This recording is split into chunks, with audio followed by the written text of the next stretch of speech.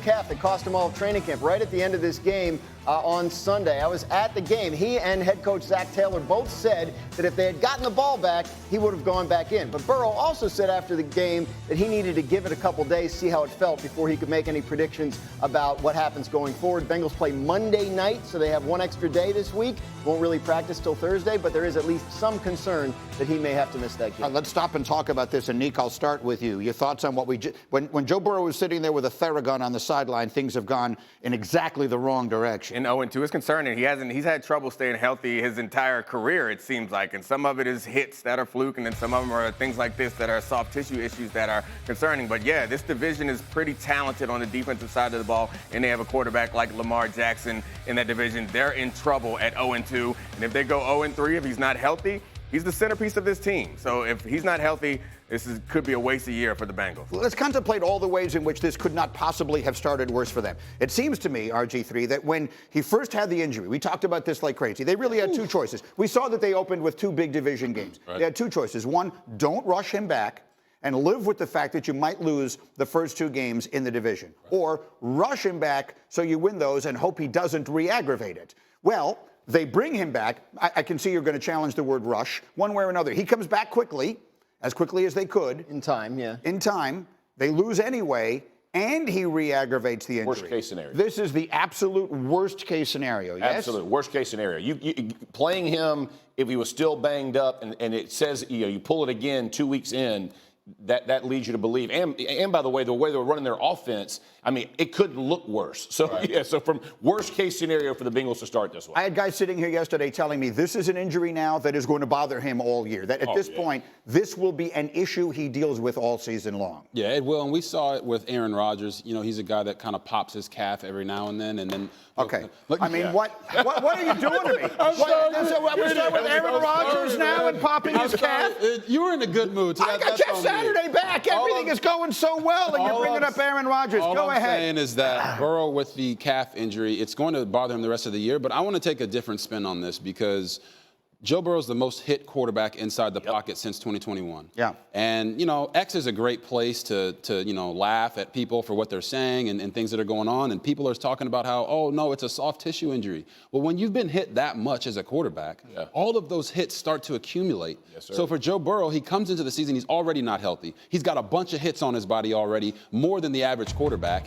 And now they're catering the offense to the fact that he's not healthy. That's so when we're seeing them getting the ball out fast, it's not because, oh, well, Joe Burrow's 100% healthy. He can't run. He can't be as mobile as we're used to seeing him be. And that, to me, is a problem. So what I would do if I was the Cincinnati Bengals right now, if Joe Burrow cannot be mobile, he can't be Joe Burrow. Right. You got to sit him down. Yeah. And you got to sit him down for the betterment of him, for the longevity of his career, and at least let him get healthy and throw Jake Browning out there for a few weeks and let Joe Burrow just kind of rest and get back to being the Joe Burrow that we're used to seeing. Just to back up your point, Himbo and I were talking, they run 11 personnel basically the entire game, right? Yeah. And they just depend on this quarterback to go make play after play. But when you're getting hit, in that, there is no match for. It becomes very difficult to help your guy out because you're trying to expose everything down the field. So again, that accumulation of hits on his body, it just backs up what you're saying. He's got to get healthy. For them to have any shot, he's got to get healthy. For this team to make a comeback. So what we were told when he hurt the calf early in training camp was that this is going to be a very tricky situation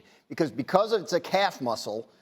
He could feel fine. Right. They could put him back on the field, and then he could re-aggravate it just out of nowhere. It seems like that's kind of what happened. Yeah. Talking to people around that team last week and before the game on Sunday, the answers were, well, he's good enough. He feels good enough to play. And, I talked to their offensive coordinator, Brian Callahan. He said, look, we're not going to put him on the move on purpose, but when he's had to move, he's looked fine. They felt like they were in a good place with it and it would get better. The fact that he pulled it again at the end of the game, absolutely devastating for them, especially if they have to if they have to go with Jake Browning for a couple. You guys have made the point that it limits their offense, which I think matters. But also, if there is something that Joe Burrow does really exceptionally well, it's move within the pocket. Yeah, absolutely. And you need to be able to step up. You need to be able to spring off of that foot to change directions. He's one of the best quarterbacks in football like that, and he's not going to be able to do that. So you take that away from him. You take the motion away from him. You don't have a potent running attack. You got a couple of great receivers, but you're asking for a lot from him. And then even if he comes back, even if he misses a couple games and comes back, to the earlier point, I asked him, are you concerned this is going to be something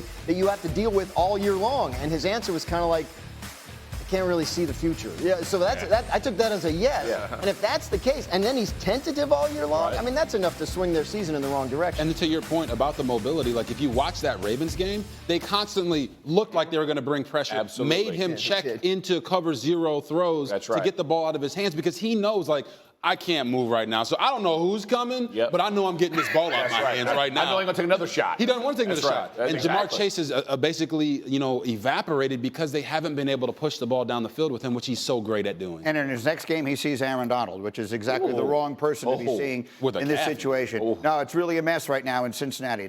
That's a Super Bowl contender. It's hard to imagine how this could have started worse. We're back on Get Up, and let's talk about the Jets. Zach Wilson has played in 2 games this year, and to put it mildly, he is still trying to figure things out. The Jets have no downfield passing game. Wilson more interceptions than completions on throws 15 yards or longer. His biggest struggle comes when facing pressure. All 5 sacks he's taken have come when facing additional heat. His completion percentage is the worst in the NFL at 17%.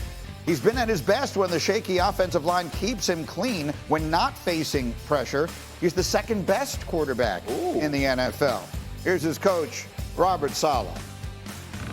I think anyone who watches football and you look at it from a global standpoint will see that he's so much improved in the pocket.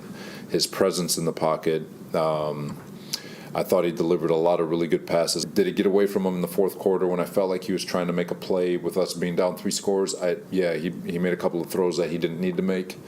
But up until then, I felt like if we could have just got them the damn ball and gave them some more opportunities, I think it would have.